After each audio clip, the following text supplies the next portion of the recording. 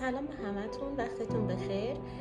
این دفعه تو این پست، تو این ویدیو نیومدم در مورد خوشگل کردن خونه‌هاتون باهاتون صحبت کنم. این دفعه اومدم در مورد حرفه‌ای کردن و خوشگل کردن فضاهای اداری و تجاریتون باهاتون صحبت کنم. تو این ویدیو میخوام در مورد دفترهای وکالت با همدیگه بحث کنیم. ببینید، دفترهای وکالت چون که یک فضای کاملا رسمی و اداری محسوب میشه و از طرفی هم که اون موکلی که وارد دفتر میشه دچار تنش‌های زیادی، استرس داره، اضطراب داره. وظیفه ما چیه؟ وظیفه ما اینه که این تنش و اضطراب رو از موکل یا ارباب رجوع بگیریم و بهش آرامش رو هدیه بدیم، حداقل اون مدت زمانی که تو اون فضا قرار میگیره.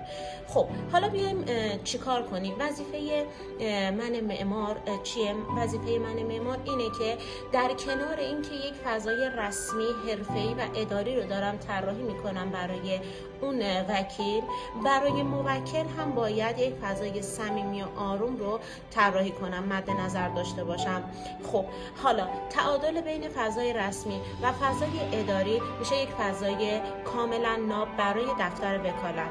حالا اگر یکی بر دیگری غلبه کنه، یعنی اگر صمیمیت رو بیش از اندازه به فضا القا کنیم، باعث میشه که اون دفتر، اون وکیل، اون کار اون وکیل خیلی رسمی و جدی گرفته نشه و آخر این که وقتی از دفتر میرن بیرون میگن خیلی حرفه‌ای نبود. و یا اینکه اگر بیایم خیلی اصاره جدی بودن و رسمی بودن رو وارد فضا بکنیم، باعث میشه که کلا خیلی موکل اتو کشیده و رسمی و معذب تو اون فضا قرار بگیره و وقتی که از دفتر میره بیرون میگه آخیش تموم شد. یا اینکه هر موقع که میخواد وارد دفتر بشه اون حس خوبو نداشته باشه و این شاید بگیم که با بیرون رفتن ارباب رجوع تموم میشه.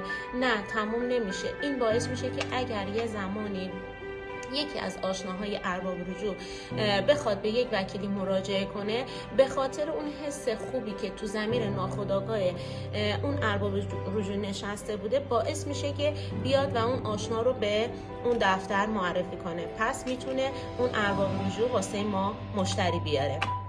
حالا بریم ببینیم که چه نکاتی رو باید توجه کنیم تا این تعادل برقرار بشه. با هم همراه باشید.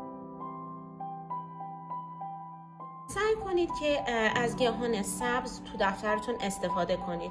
ببینید، گیاهان سبز باعث میشه که یه جورایی تاثیر آرام بخشی روی ذهن بینندتون بذاره که این از لحاظ علمی هم ثابت شده و از طرفی به دلیل اینکه فضای محیط رو تصفیه میکنن، باعث میشه که عملکرد خودتون، حتی کارمنداتون هم بالاتر بره. پس اینو جدی بگید. خب یه فضایی رو مد نظر بگیر برای اینکه عکسای شخصی و خانوادگیت رو بتونی تو اون فضا قرار بدی. چرا؟ ببینید، وقتی که ارباب رجوع وارد محیط کارتون میشه، وقتی میاد عکسای خانوادگی و شخصی شما رو میبینه، حس میکنه که داره خودش رو به شما نزدیک میکنه، یه جورایی تو زندگی شخصی شما داره کنکاش میکنه. این نزدیکی، این کنکاش کردن و جستجو کردن باعث میشه که یه جورایی به آرامش برسه و اون حس صمیمیت ایجاد. دو مورد قبلی برای اینکه یک جو صمیمی رو ایجاد کنیم بود، اما این مورد و مورد بعدی برای اینکه یکم فضا رو رسمی تر نشون بدیم مد نظر گرفتم. مورد اولش اینه که بیایم یک فضایی رو در نظر بگیریم تا شما لوح‌های تقدیرتون، مدارکتون رو تو این فضا تعبیه کنید و باعث بشه که شما رو حرفه‌ای‌تر و جدی‌تر نشون بده. یعنی وقتی که ارباب رجوع و مشتری میاد مدارک شما، افتخارات شما رو میبینه، میگه خب وکیل کار درستیه، حتما کارش خوب بوده که همچین افتخاری رو گرفته، حتما کارش خوب بوده که همچین مدرکی رو داره. پس حتما یک فضایی رو در نظر بگیرید تا مدارکتون رو تا اون قسمت قرار بدید. حتما تو اتاق خصوصی خودتون یک کتابخونه داشته باشید. ببینید وقتی یک کتابخونه ای رو در نظر میگیرید تو اون فضا، خب یه سری کتاب‌های قانون اجرای احکام رو تو کتابخونه‌تون قرار میدید. وقتی که ارباب رجوع وارد میشه و با این کتابخونه شما مواجه میشه، میگه حتما دانش آگاهی این فرد بالاست، از کتاب‌هایی که داره نگهداری میکنه کاملا مشخصه. پس حتما یه فضایی رو برای کتابخونه تو اتاق خصوصی خودتون در نظر بگیرید. رسیدیم به مسئله این که چه رنگی رو تو فضا استفاده کنیم. چه رنگی رو تو فضا استفاده کنیم بسیار مهمه. انتخاب رنگ تو این فضا خیلی خیلی خیلی مهمه. ببینید ما نباید از رنگ‌های تیره استفاده کنیم. رنگ‌های تیره باعث میشه که اضطراب، استرس و تنش رو بالاتر ببره که ما اینو اصلا تو این فضا نمیخوایم. توصیه میکنم که از رنگ‌های خنثی و روشن استفاده کنید که آرامش رو به فضاتون القا کنید. مثل چه رنگ‌هایی؟ مثل رنگ‌های خاکستری که این طیف رنگ علاوه بر این که آرامش رو به فضاتون میده، باعث میشه که فضاتون رسمی تر هم جلوه بده. میتونیم پس از طیف رنگ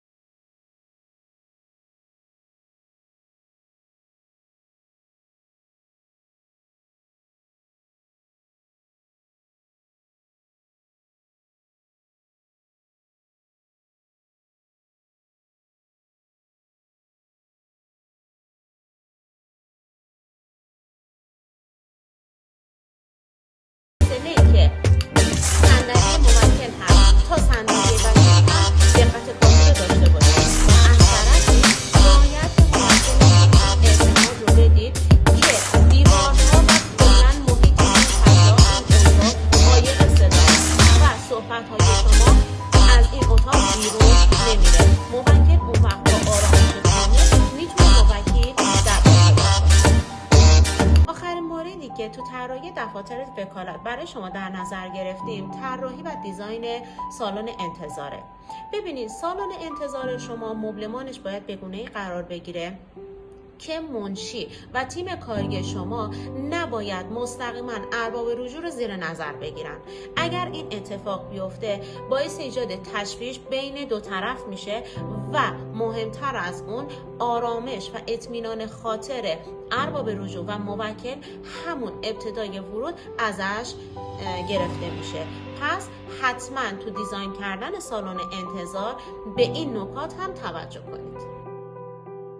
خوشحالم که تا اینجای ویدیو با من بودید و منو همراهی کردید. تا ویدیوی بعدی، فعلا.